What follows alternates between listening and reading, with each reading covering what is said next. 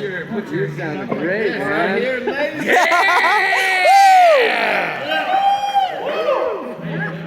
So good, man. You crushed it. How does it feel? It's not. Good job, man. I don't even think I have the words right now. That's great. I think my favorite memory of you is whenever I went to the varsity to actually see y'all play years and years ago in Baton Rouge. Okay. And there were. It was 2014. We were there. Protesters outside. Yeah, I remember that. And I guess they were Christians that didn't like rock music.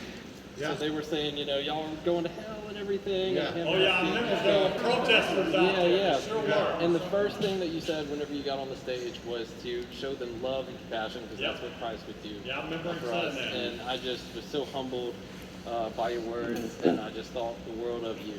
And that meant everything to me. Yeah. To see your heart on that. Yeah, I remember that. Yeah, I remember. Now, so they show up for us every now and then. Yeah. I always think it's like a good sign. Yeah.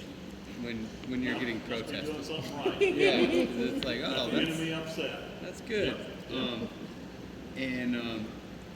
I had just listened to this this audio about this guy who I think he was a speaker, maybe a preacher or something like that, and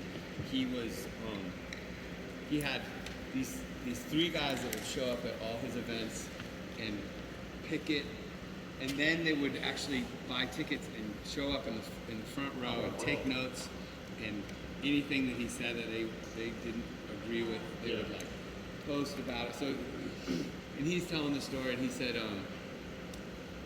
one night he had a dream where he was in heaven, and he was sitting like right next to God, and God said, "Do you want to see something?" He said, "Yeah, that sounds awesome."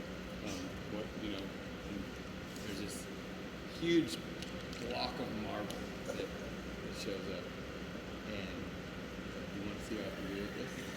And he said, "Yeah, it'd be amazing." And so then these hands that have no bodies start chiseling it away at the marble. It was all in his dream, right? 3 pairs of hands, and they're all working away, and he says, and God says to him in his dream, he says, you should encourage him. Give him encouragement. And he's like, he's a British guy, so he's like typical British, like kind of non-enthusiastic, like, good job, you're doing well. Like, keep it up, and he's like, no, you have to really like give him encouragement, like. So he starts shouting and like, come on, you got this, and then they carve this beautiful statue, and then in his dream he hears God say, do you want to see who they are? You want to meet the people that have carved this beautiful statue?